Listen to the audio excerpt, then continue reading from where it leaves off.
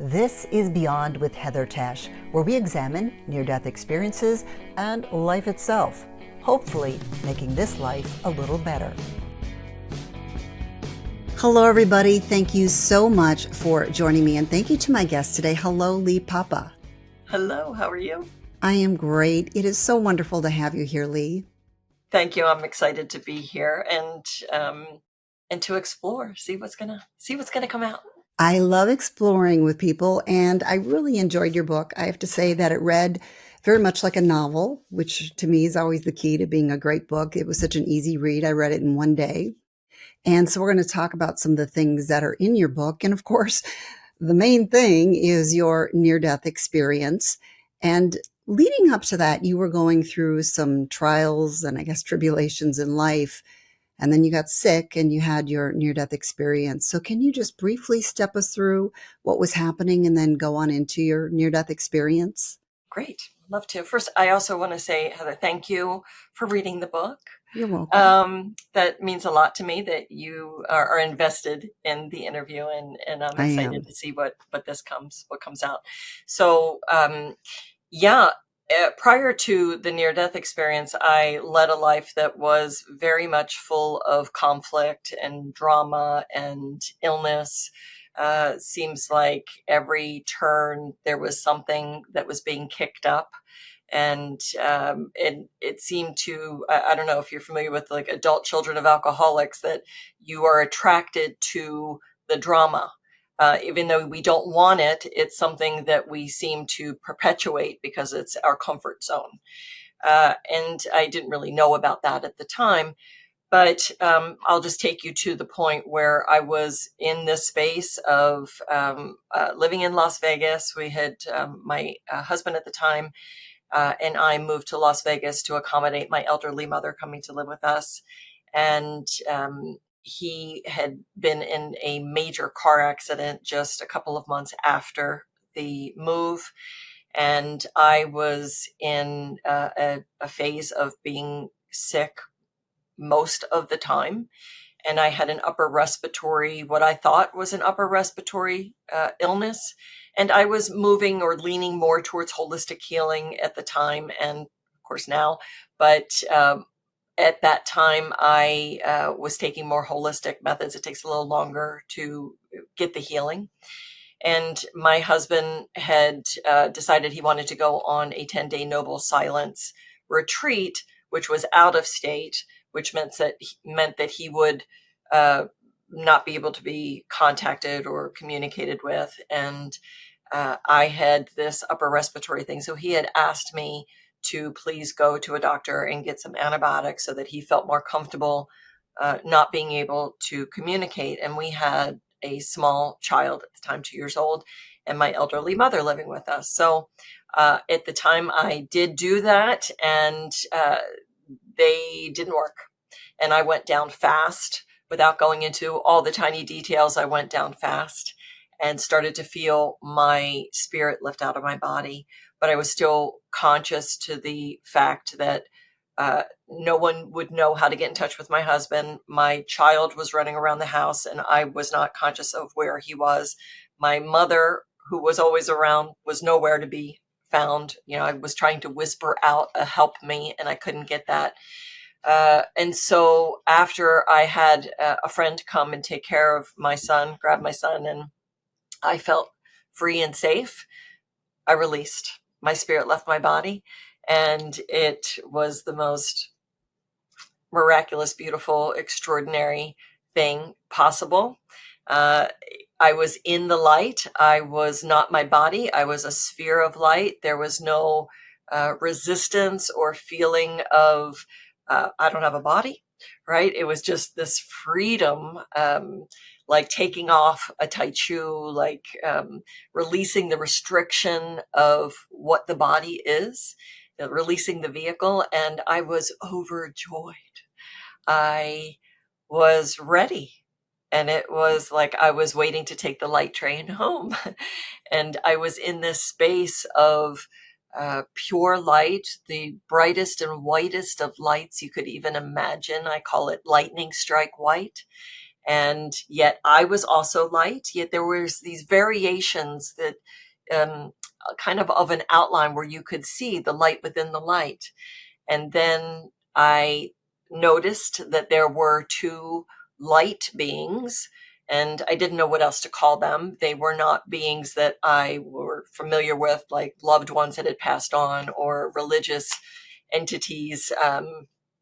These beings morphed in and out of form, and there were two. One on the left morphed into more of a masculine energy and shape, a little taller, a little fuller. The one on the right was a little more feminine, smaller, and they communicated with me telepathically and in one voice and then two voices. And it was a communication that felt very much like they had a job to do. I just knew in my being that, oh, they're coming to greet me. There's a job to be done. Like they're going to work something through with me.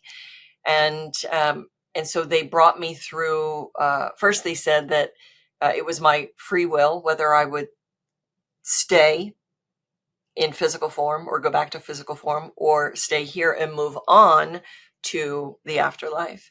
And I was full on 100% moving on to the afterlife. There was no doubt. I was like, let's do this thing. I was excited. I was ready. But they said not quite yet. There were things that I needed to know to make an educated decision of my free will.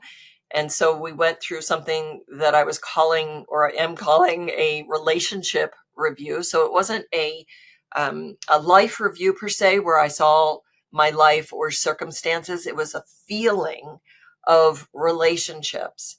And I came back knowing of two, like the details of the two relationships, although I know there were more. I know my mother was involved in that. I know my soul group was involved with that.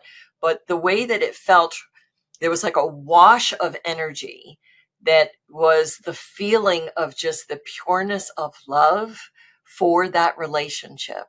But it felt like it was of the soul that was known as, and the wisdom and the knowledge that came from the experience. And then as I felt the fullness of that, it would dissipate and wash away. And then the next one would come.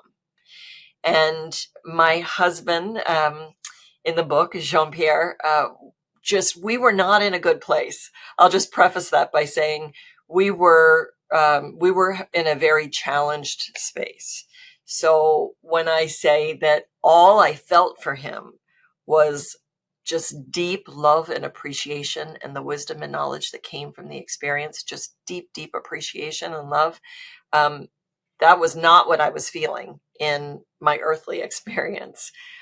And then as that washed away, my son was 2 years old at the time, and his experience of that relationship review was just so pure and so much softer and beautiful. And I just remember saying, I was so grateful for the experience of birthing this being and having the experience of being his mother.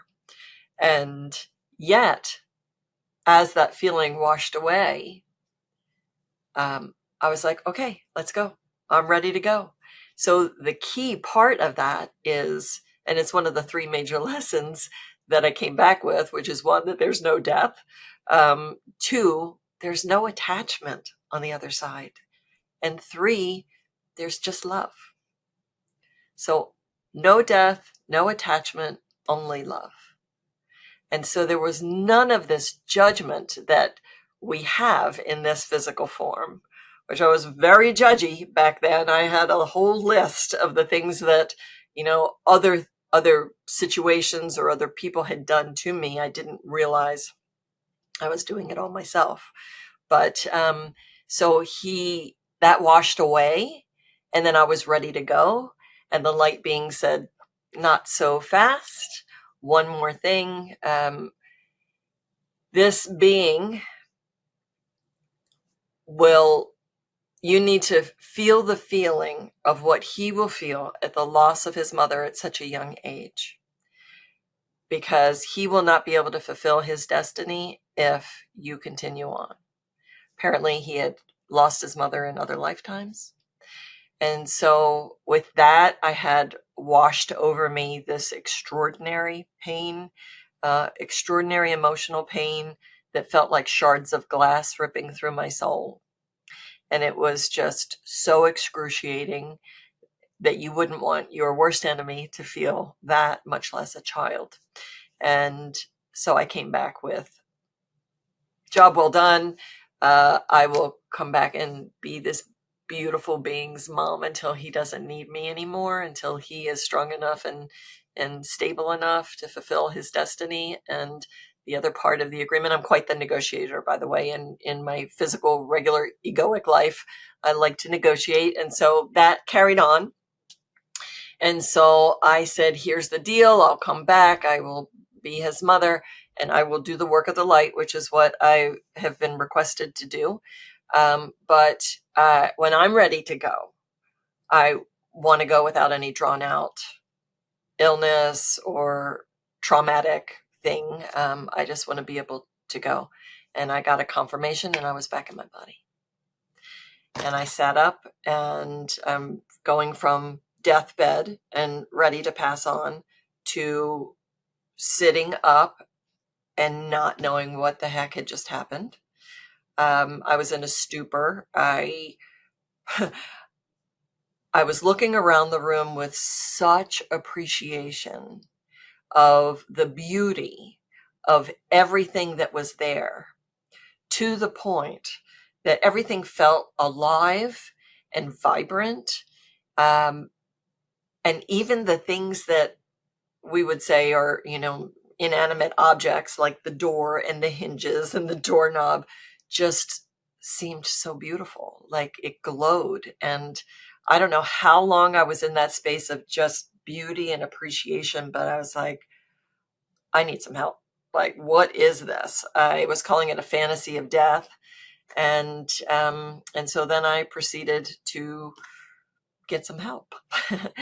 um, and then at that point, I had called my sister, and then I had called a friend, and ended up speaking to someone who had had multiple near-death experiences, and she confirmed that that's what it was. She had asked me certain questions, and then the way that I answered them, she said, that's a textbook near-death experience. And she said, whatever you do, journal it, because it will, all those beautiful feelings, it was like a residue was left on me, and everything was just glowing and beautiful and alive. And it was a space that I certainly didn't want to go away. I was just in love, and it started to dissipate over a period of 2 weeks. And she was right. And so then you go spend the rest of your life trying to get back to that space because it's yummy. It's really yummy. That's wonderful. I wish we could all hang on to that experience. And it is really an amazing thing that near death experiencers come back, just with that renewed appreciation, but just something more than that, that you all hang on to. In your book, you were talking about the two beings that were with you. And a lot of people go back and they say, I felt a connection to them. But I almost got the impression from your book that they were more like, say, when you go to the hospital and a nurse helps you out. They're really loving and kind, but you didn't necessarily know who they were in advance. Is that kind of what that relationship was with them? It's a great analogy.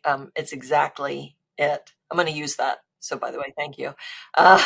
Because that's exactly it. There was no attachment to them or recognition about them, but still very loving, um, nurturing, um, but also like a job to do, just like a nurse would have a job to do, right? And yet I also felt like when they did well, when I decided to come back, when I agreed to come back, um, I felt this sense of pride that they had done this job well done. You also had the light that was around you. And I was wondering, was there a sense of the light being energy, or was it like a sense of God, or was it a sense of love? Was it more than just light that you were experiencing?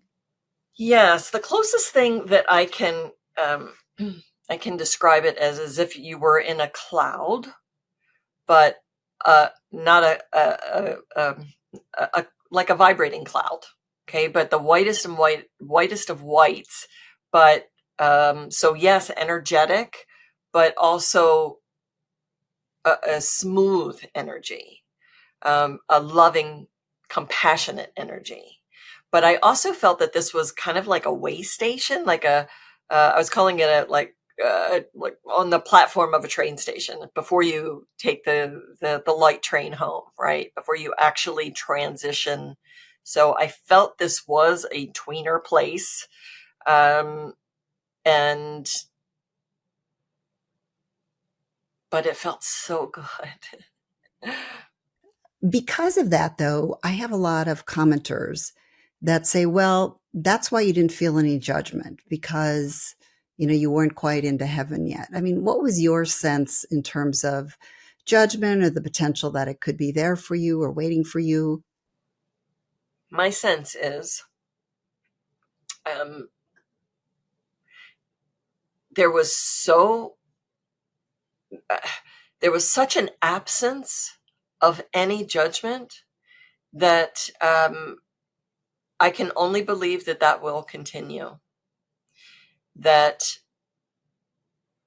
I did have the relationship review, and if there would continue to be judgment, I just feel that there would have been some of that in the communication and in the review.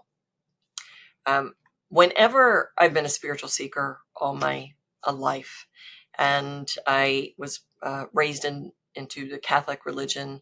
I've studied Christianity. I've studied New Age. I've studied many different philosophies and religions, and always come at it from a place of being a spiritual seeker. And I sometimes question, of course, which I think is always healthy to question your belief, so that we stretch and we grow.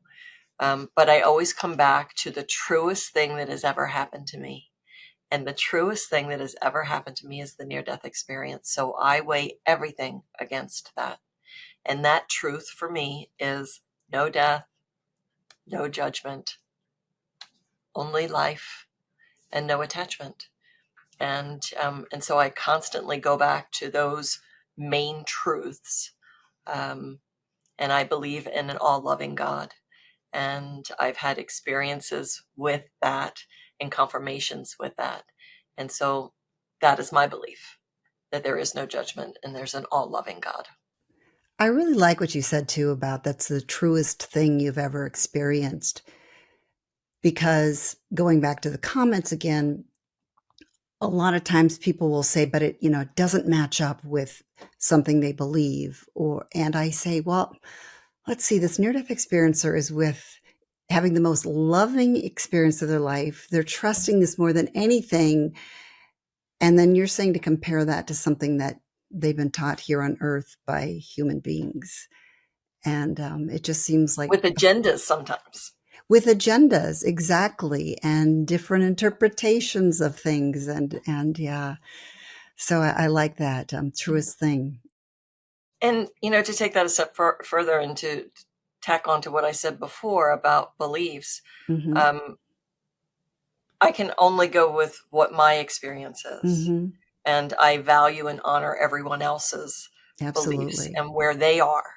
Yes. But where I am today is not where I was a year ago, or 5 years ago, or 10 years ago, or 15 years ago.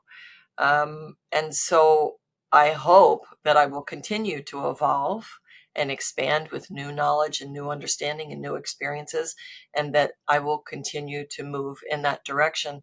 I know that my intention is that I love God with all my heart and that I want to grow. So keep showing me. I keep asking, show me where you want me to be. And I would imagine God loves seekers because we are saying, hey, I want to get to know you better. Tell me more about you. And I do think it's important to be open to evolving and not get stuck, especially when something you realize doesn't quite make sense anymore and it doesn't quite click with other things you've learned. And to be able to give ourselves permission to do that, Yeah. to say, hey, I'm gonna just explore this with an open mind and an open heart. See what happens. Yeah. The more that I learn, the more that I know, the less I know. I say that all the Because it time. just keeps opening up more understanding, but brings more peace. Yeah. And I think a lot of people need to get over the fear because they're afraid of learning the wrong thing. But I think, as you said, ask for guidance in everything that you learn. And I believe that when we are connected to God, the Holy Spirit, Jesus, that and we come with that honest heart, I'm going to fail. I'm going to bark up a wrong tree. But protect me and guide me. Keep me safe.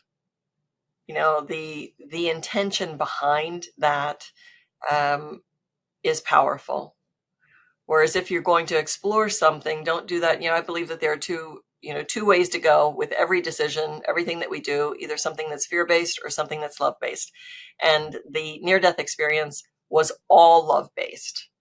And so when you bring it back into this experience of Earth, humanity, and so much is fear-based, it's hard to remember that there is an existence that's only love-based. So we have to come with that intention and reminder every single day that we are love-based and we're choosing love-based.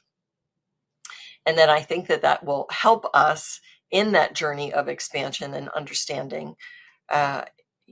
Another thing that I like is with ease and grace, right? Everything that I do, everything that I explore, every project that I have, I add that with ease and grace. So it's an intention around that so that things aren't as prickly, even when we have traumas and dramas that happen. And we all have traumas and dramas, that's for sure. And, that's one of the big questions that a lot of people have is they have a hard time understanding suffering. I hear a lot, why would God allow suffering? And I think when you were there, you did get new insight. You were talking about your husband, and you had had a lot of trouble in your relationship, and yet all you felt was love. And I assume you had a better understanding for why it was happening. Yes, and we have free will. And so God allows us to have these experiences of contrast. And this is why I teach the foundation of what I do is mindfulness, because mindfulness equals awareness and non-judgment. So it came back with this understanding about judgment and non-judgment.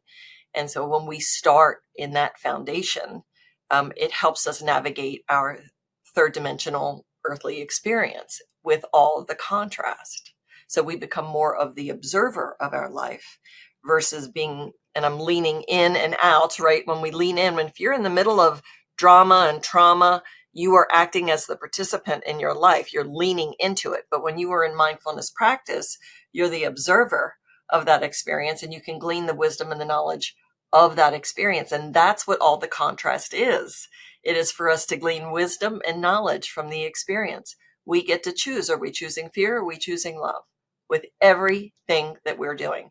Now, the marriage didn't continue. So I didn't come back from the near-death experience saying, oh, I'm madly in love with you. No, I came back with a perspective of why the experiences were happening. And we co-parent, and we're great friends. And we continued to develop the relationship, choosing love with a different dynamic. And we show up for each other in that experience. And so, yes, there are things that happen in the world that are less than optimal. We could label them all kinds of things. The list would be endless of all the things that we could say are less than optimal. But it's how we show up in our perspective when we're looking at that. Are we leaning into that and feeding the negative, feeding the less than optimal thing? Are we judging it? Are we becoming a victim? Or are we choosing to be the observer of the circumstance and saying, what is it that I can learn from this? What is it that is reflecting back to me that is really about my wisdom and knowledge that I need to glean from that, so that I don't attract that same pattern of contrast. And Lee, I want to talk more about leaning into things and attracting things. But I wanted to go ahead and take that into part two. But I've got some questions regarding that because I had another guest on recently, Yandia, and she was saying some very similar things. And I know you have a lot of insight to add to that. I also, for people listening, I want to ask more about your son and choosing to come back for him, because a lot of people wonder why their loved one didn't come back. But let's go ahead and we'll take that into part two. Okay. I hope you really liked Lee. Not only does she have an amazing near-death experience, but she's really just a beautiful person. I so enjoyed talking to her, and I'd love to know what you thought as well. So go ahead and put your comments in the description, or if you just want to say made it. I always like to know if you made it this far. Also, a like is always appreciated. I did want to just talk about a few housekeeping things before we talk about part two. But one thing I wanted to let you know, because a lot of people wonder about finding part two or a link. And you can always go in the description and you can find more. For example, in part one, you can find part two, or you can sometimes find links to other shows. But just hit the little button that says more, and that'll also give you all the information about the person that I'm talking to, in this case, Lee Papa, and you can find her website and her links and also her book, that sort of a thing. So that's one thing that's helpful. The other thing I wanted to let you know is that if you go directly to my playlist, there's a little link. It'll say playlist or else podcast. If you click on those, it'll actually list all of the episodes that I've ever shot, and they're actually all in order. So if you do that, they will play one after the other, after the other, after the other. So it's very much like what you would see on a playlist or a podcast, I should say, somewhere else. So that way you don't have to go around hunting for the next one. It'll be right there before you. So anyway, those are just a couple of things to keep in mind as you're using my channel here. And again, thank you everybody who does. I so appreciate having you here as a viewer. I loved talking to Lee, as I mentioned, and I did mention right before we wrapped up part one that I want to talk more about attraction, because I was just talking to my last guest, Yandia, and just about the things that you put out there and how they come back to you. And I know some of you had questions on that, as far as, well, what if I haven't done anything bad, or what if it's a kid? So I did ask her some of those questions in part two, and she's going to talk a little bit more just about how we attract things into our life. And then the other thing that I wanted to ask her about is just returning, and why people return versus why somebody doesn't return. And I know that's key for a lot of you that wish that your loved one would have come back instead of staying there. So I wanted to make sure to ask her that. So there is a lot more that we cover in part two, and I do hope you'll stick around for that. In the meantime, everybody, thank you so much for being here today.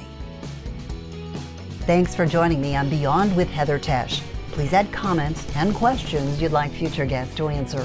Also, if you liked what you heard, please hit the thumbs up button and subscribe. That'll help keep this podcast going. You can also go to Beyond with Heather Tesch to look for more episodes.